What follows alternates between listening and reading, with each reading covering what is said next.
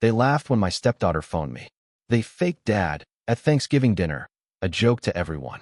14 people watched, one envelope in hand. Her scream when she opened it still haunts me. But that was merely the beginning. My name is Nelson Hoffman. I'm 47. Until recently, I worked as a senior supply chain manager at one of the nation's biggest pharmaceutical firms. The type of job that sounds dull at parties, but pays enough that no one pries too deeply. For 20 years, I ensured medicines traveled smoothly from factories to hospitals. People's lives depended on it. Accuracy, timing, and backup plans. That's my expertise. That's who I am. I met Rosalie 13 years ago at a charity gala in downtown Chicago. She was graceful, witty, and wore the distinct exhaustion of a single mom.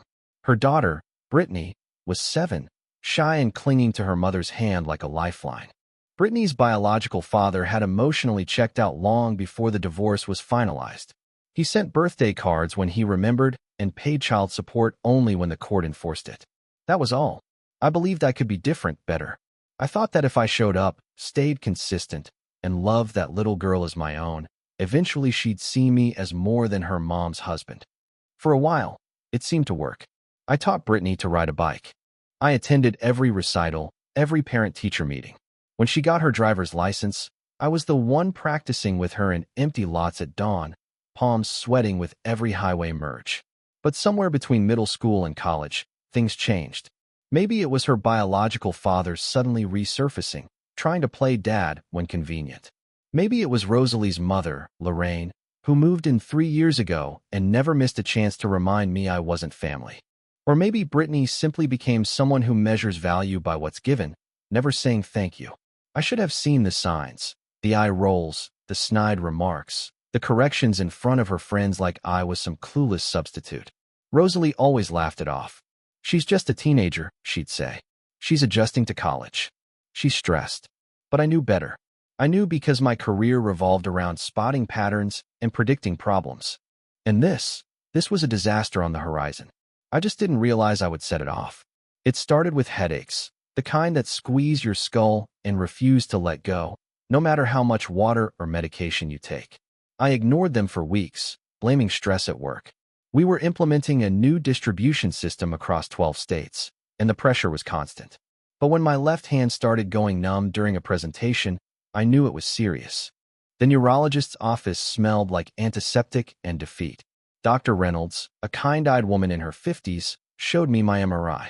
It's not a tumor, she said, which should have been a relief but wasn't. It's a vascular issue, an arteriovenous malformation, AVM, likely congenital.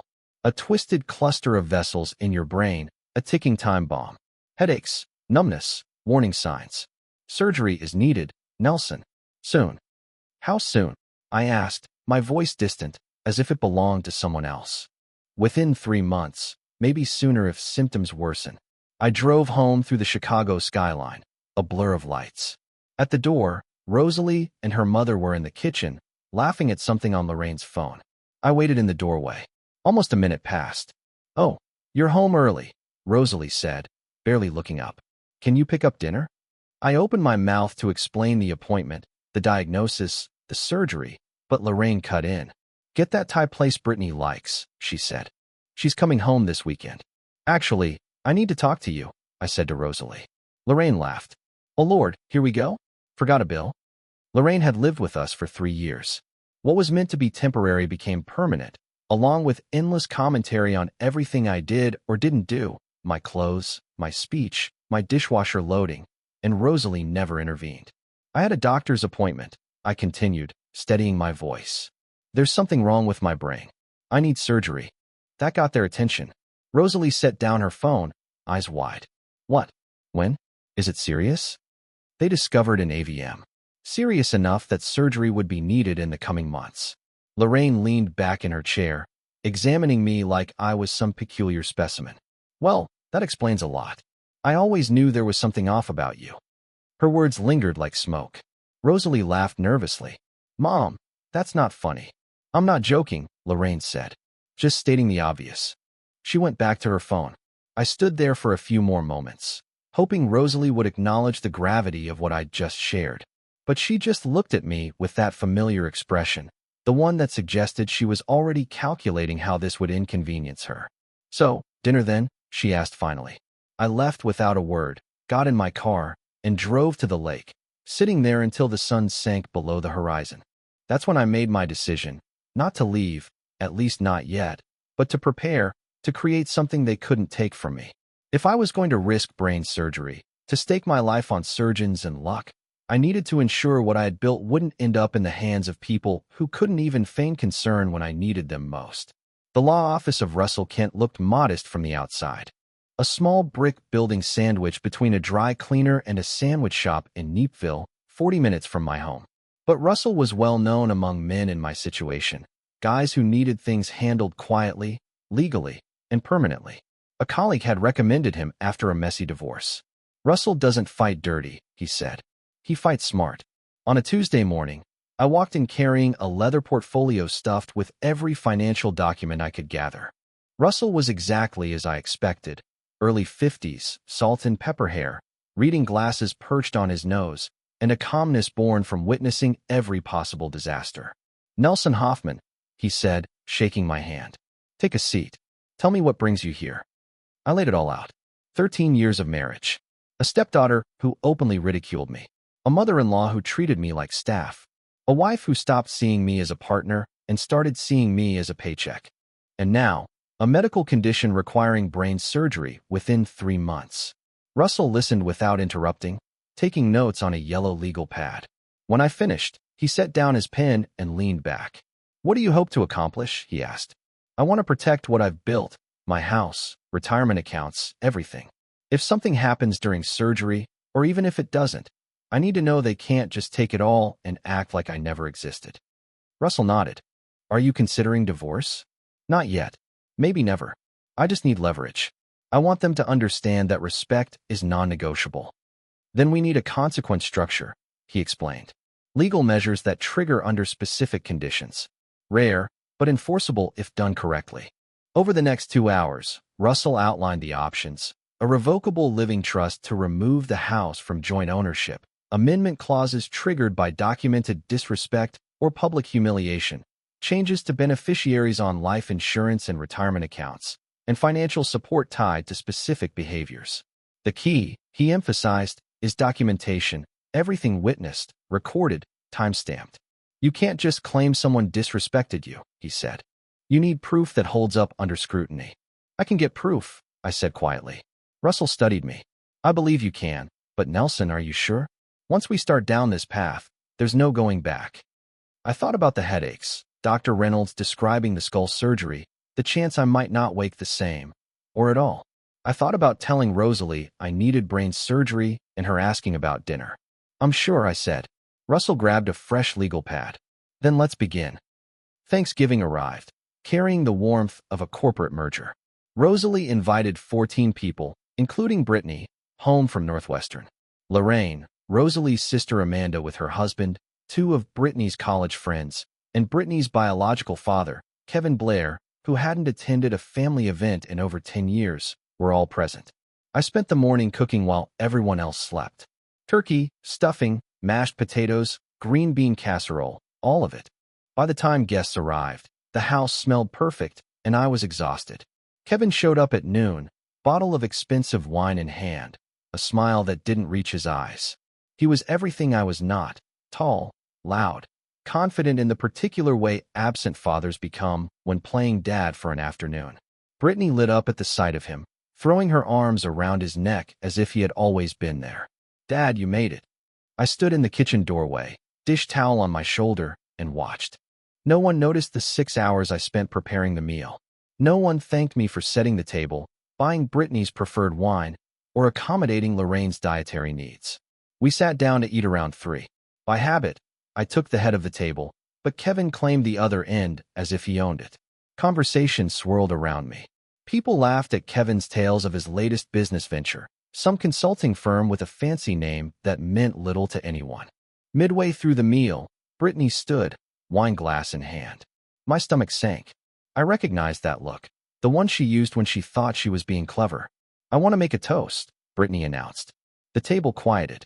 "I'm grateful for many things this year: school, friends, my mom." She paused, eyes locking on Kevin. And I'm especially thankful my real dad is finally here. Unlike the loser at the other end, pretending to be my father for 13 years. Laughter erupted, not awkward, but genuine amusement. Kevin raised his glass. Amanda giggled. Even Rosalie smiled, though she tried to hide it. I remained still. I didn't speak. I reached into my jacket, pulled out a white envelope, and slid it across the table to Brittany. It stopped in front of her plate. "What's this?" she asked, still smiling. "Open it," I said quietly. Laughter died. Brittany tore open the envelope and pulled out the single sheet inside. I watched as her expression changed. Color drained from her face. Her hands trembled. "What does this mean?" Her voice went from mocking to terrified in seconds. "It means," I said, standing and folding my napkin, "the clause has been activated. Effective immediately. You have 30 days. Brittany looked at Rosalie, then Kevin, panic spreading. "Mom, what is he talking about?" But I was already heading for the door. I didn't go far, just to my car, then drove to the lakefront, sitting as the sun sank and the water darkened. My phone buzzed every few minutes. Rosalie, Brittany, even Lorraine. I let them all go to voicemail. The document I gave Brittany was simple, brutal, and entirely legal. A notice of trust amendment activation, signed by Russell Kent and notarized 3 weeks prior. It detailed exactly what would happen once the clause was triggered. The house, which Rosalie believed we owned together, was actually held in a revocable trust with me as the sole grantor. Her name had never been on the deed, a fact she never bothered to check. The clause activated due to documented public humiliation in the presence of witnesses. Brittany's toast, recorded on my phone tucked in my jacket pocket, provided all the proof Russell needed. The document gave them 30 days to vacate. After that, utilities would be shut off, locks changed, and they'd be legally trespassing. My phone rang again. "Nelson, what the hell is happening?" Rosalie's voice was sharp, panicked. "Brittany's hysterical. She says you're kicking us out. This can't be real." "It's real," I said calmly. "You should have read what you signed last year." "What are you talking about?" "The trust amendment. The one you initialed while watching Netflix. You said, 'Just show me where to sign.'" Silence. I could hear her rapid, shallow breaths. "This is insane," Rosalie finally said. "You can't just evict us. This isn't your home. It never was. Check the deed, Nelson. Please, we can talk about this." Brittany wasn't serious. She was trying to be funny. Funny, I thought. 13 years is the joke. "Rosalie, I'm done laughing." I hung up, switched off my phone, and drove to the apartment I had quietly rented 2 months prior. A one-bedroom across town no one knew about. I'd been moving things there gradually. Clothes, documents, personal items, everything that truly mattered to me. The apartment was bare but tidy. I made coffee, sat by the window, and waited. Not for apologies, not for understanding, just for the mechanism I set in motion to take effect. 3 days after Thanksgiving, Rosalie showed up at my office with a lawyer. I was in a meeting when my assistant buzzed. "Mr. Hoffman, your wife is here with an attorney. They want to see you."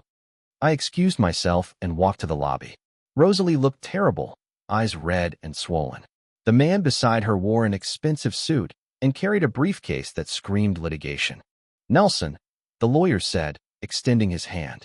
"Bradley Patterson, I represent Mrs. Hoffman. Is there somewhere we can talk?" We moved to a conference room. Bradley opened his briefcase, pulled out the trust documents, and laid them across the table. "Mr. Hoffman," he began, "my client believes these documents were signed under misleading circumstances. She was told it was a simple refinancing, not a full asset transfer." "I never said it was a refinancing," I replied. "I said it was financial paperwork," which it was. Bradley's jaw tightened. "You intentionally misled her about these documents." "I gave her every chance to read them. She chose not to, because she trusted you. I trusted her to treat me with basic respect. How did that work out?" Rosal's voice cracked. "Nelson, please. We can fix this. I'll talk to Brittany. She'll apologize. Just don't do this." "It's already done," I said. "The clause is active. Russell filed the paperwork Monday morning. You have 26 days left." Bradley pulled out his phone. "I want to speak with Mr. directly. Be my guest." I slid Russell's card across the table. Bradley stepped out through the glass wall, pacing and talking. His expression darkened by the minute. 5 minutes later he returned, completely different. "It's enforceable," he said quietly to Rosalie. Everything was filed correctly. You signed it all. I can fight it, but it will cost tens of thousands in legal fees, and you'll likely lose. Rosalie stared at me like I was a stranger. Who are you? I'm the man you took for granted for 13 years. The one your daughter mocked. The one your mother treated like staff. I'm finally acting like it. What about my surgery? I reminded her. The brain surgery I need in months. Did any of you even ask how my last appointment went? Rosalie went pale. You had another pre-op appointment. January 15th. But you wouldn't know, because none of you asked. Bradley gathered his documents. Mrs. Hoffman, we should go. Nothing more can be done here. After they left, I sat alone in the conference room, staring at the Chicago skyline. My headaches were returning, more frequent now. Dr. Reynolds had warned me stress would worsen them. But for the first time in years, the pain felt worth it. At 9 p.m., 2 weeks after Thanksgiving, a knock came at my apartment door. I looked through the peephole. Brittany, alone, her face swollen from crying. Against my better judgment, I opened the door. What do you want, Brittany? She didn't answer at first, hugging herself tightly. Then, barely above a whisper, I'm pregnant. The words hung between us. I stepped aside, letting her in. She sat on the couch, staring at her hands. Does your mother know? I asked. Brittany shook her head. No one knows. Just you. Who's the father? Her face flushed. Professor Daniels from Northwestern. He's married. He said he'd help, but then stopped returning my calls. I sat across from her, absorbing the news. This changed things, but not how she probably hoped. Why are you telling me this? Because I don't know what to do. I thought maybe you'd help. You always helped before. Before you called me a loser in front of 14 people. Brittany's eyes filled with tears. I'm sorry. I was trying to impress my dad. I didn't think you'd actually leave. Your dad? I repeated. The man who sent you 2 birthday cards in 13 years. That's who you were trying to impress? I know I was stupid, but Nelson, please. I need help. The baby, school, everything. I can't do this alone. I stood and moved to the window. Part of me, the part that raised her, wanted to fix it, call lawyers, solve the problem. But that part had been beaten down by years of being treated like an ATM. Here's what's going to happen, I said, turning to face her. You'll tell your mother. You'll figure this out together. You'll learn that actions have consequences. But the money, the apartment, how am I supposed to afford anything? That's not my problem anymore, Brittany. You made your choice at Thanksgiving. You chose your father over me. So call him. See if he helps. He has no money. You know that. Then maybe you should have thought about that before humiliating me in my own home. Brittany stood, desperation replacing sadness. What about your surgery? What if something happens? Don't you want to make things right before then? The mention of my surgery hit hard. It was scheduled for January 15th, 6 weeks away. Dr. Reynolds had warned me of serious risks. I might not wake up, or worse, wake up different. If something happens to me during surgery, I said carefully, you get nothing. The trust documents are clear. Everything goes to charity, the children's hospital where I volunteer.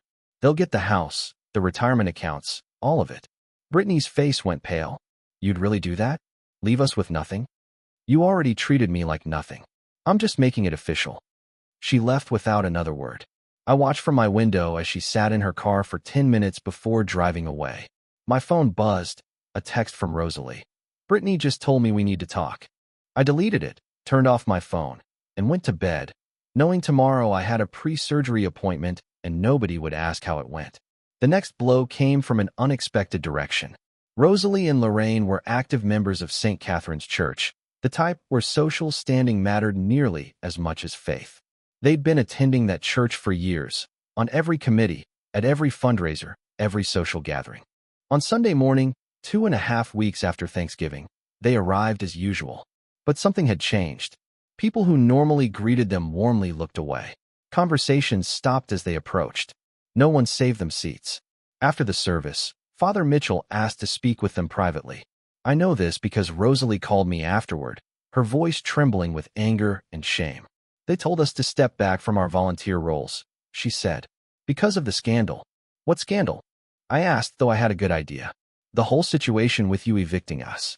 Someone told the parish council about Brittany's toast and how he treated you. They said it made the church look bad. I said nothing. This is your fault, Rosalie continued. You're ruining our reputation, our standing in the community, everything we've built. I didn't ruin anything, I replied calmly. I just stopped shielding you from the consequences of your own actions. Who told them? Who went to the church? I had my suspicions. Rosal's sister, Amanda, had been at Thanksgiving dinner. She laughed with everyone else, but afterward, I'd seen something in her eyes, discomfort, guilt. Amanda's husband had pulled me aside later, quietly apologizing, saying what happened wasn't right. Does it matter who told them? I asked. It happened. 14 people witnessed it. Did you think it would stay secret? Fix this, Rosalie demanded. Call Father Mitchell. Say it was a misunderstanding. Please, Nelson. Lorraine is humiliated. She can't show her face there anymore. Good, I said. Maybe she'll learn something. Rosal's voice turned cold. You've changed. You're not the man I married. You're right. That man let himself be disrespected for 13 years. This man doesn't. She hung up. 10 minutes later, Brittany called. Mom told me what happened. This is getting out of control. People at my school are asking questions. Someone posted it online. Posted what? I asked. The whole story, about the toast, the eviction, everything. It's on a Reddit forum. People are calling Mom and me terrible things. I pulled up my laptop and found the post. Someone had written a detailed account of Thanksgiving, probably Amanda's husband, judging by the details. The comments were ruthless. Hundreds calling Rosalie and Brittany entitled, ungrateful, cruel. Make it stop, Brittany begged. Please. This is ruining everything. I couldn't make it stop. The truth was out. All I did was defend myself by stopping the cleanup. No, Brittany, you destroyed your own lives. I just stopped fixing it. The viral post had an effect I hadn't expected. It completely shifted the narrative. What Rosalie had spun as me being unreasonable now looked like justice. People started sharing their own stories of being taken for granted, finally standing up. By the time local news covered it, Rosalie and Brittany became cautionary tales, and I had become something I never wanted to be, a symbol. But symbols don't need families. And with my surgery 6 weeks away, maybe that was for the best. January 15th arrived cold and gray. I checked into Northwestern Memorial Hospital at 5 a.m. alone. No family in the lobby. No one to hold my hand during pre-op. Just me, the surgical team, and a 50-50 chance of waking up the same person. Dr. Reynolds came by during prep. You ready, Nelson? As ready as I'll ever be. Anyone coming to wait? I shook my head. Just me today. She squeezed my shoulder. You're braver than you think. The anesthesiologist started the 4. I felt the cold medication rush through me. The world blurred and faded. My last thought before going under was simple. If I don't wake up, at least I went on my own terms. I woke 12 hours later in recovery. Groggy, disoriented, but alive. A nurse checked my vitals. Welcome back, Mr. Hoffman. Surgery went well. Dr. Reynolds will be by soon to explain everything. That evening, my brother called. I hadn't told him about the surgery, but somehow he found out. Nelson, why didn't you tell me? I would have been there. I didn't want to bother anyone. Bother? You're my brother. Where's Rosalie? We're separated. Long story. She's not even here. After brain surgery. It's fine. I'm fine. But I wasn't really fine. The surgery was successful, but recovery would take months. Physical therapy, speech therapy, relearning simple tasks. And through it all, I was alone. 3 days after surgery, Russell visited. He brought flowers, sat on my bed. How are you feeling? He asked, as if anyone could understand what it felt like to have your skull cut open. Otherwise, great.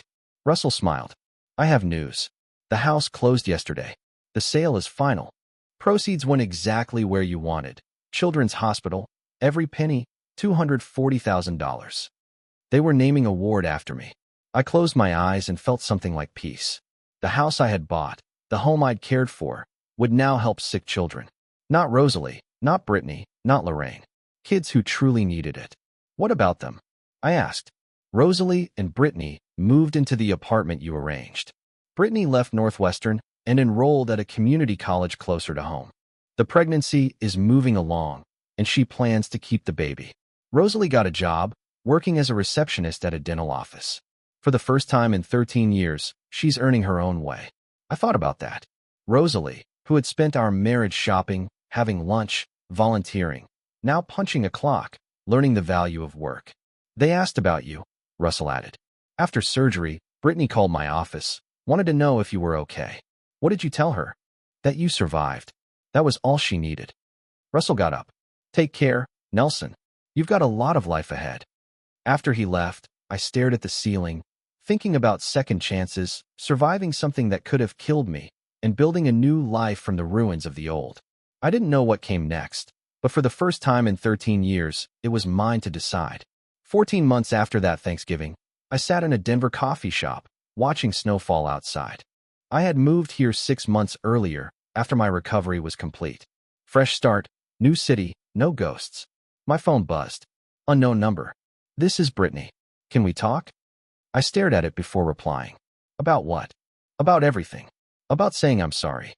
We met the next day in a neutral spot, a park downtown. Brittany arrived pushing a stroller, her baby girl bundled against the cold.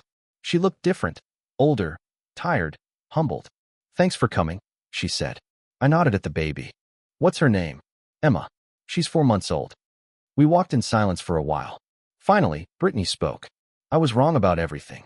About you, about my dad, about what mattered. I didn't see it then, but I see it now. What changed? Kevin came back 3 months ago, wanted to meet Emma, be a grandfather. I let him. He stayed 2 hours, took pictures, and I haven't heard from him since. The pattern repeating itself. Of course it was. But you, Brittany, continued. You were there every day, every year, and I treated you like garbage. Yes, you did. I don't expect forgiveness. I just wanted you to know I understand now what I lost, what we all lost. I looked at her, a young woman with a baby, no support, working 2 jobs while going to community college. Life had taught her what I never could. I forgive you, Brittany. Not because you deserve it, but because holding on to anger doesn't serve me anymore. Her eyes filled with tears. Can we stay in touch? Can Emma know her grandfather? That question hit harder than I expected. Grandfather, a title I'd never officially earned, but tried to live up to for 13 years. Maybe someday, I said, but not now? I need more time. Brittany nodded, understanding. We said goodbye. I watched her push the stroller back to her car, back to a life she was learning to build herself. I flew back to Denver that evening. My apartment was small but comfortable. I had a new job consulting for a pharmaceutical distribution company. Work was good. People were respectful. I had started seeing someone, Sarah, who worked in hospital administration. She knew my whole story and had looked me in the eye. You did the right thing. Don't let anyone tell you otherwise. On the anniversary of that Thanksgiving, I didn't think about the toast, the envelope, or the screaming. I thought about surviving brain surgery, rebuilding my life, and learning the most important lesson. You can't make people value you, but you can absolutely refuse to be devalued. And I realized that was enough.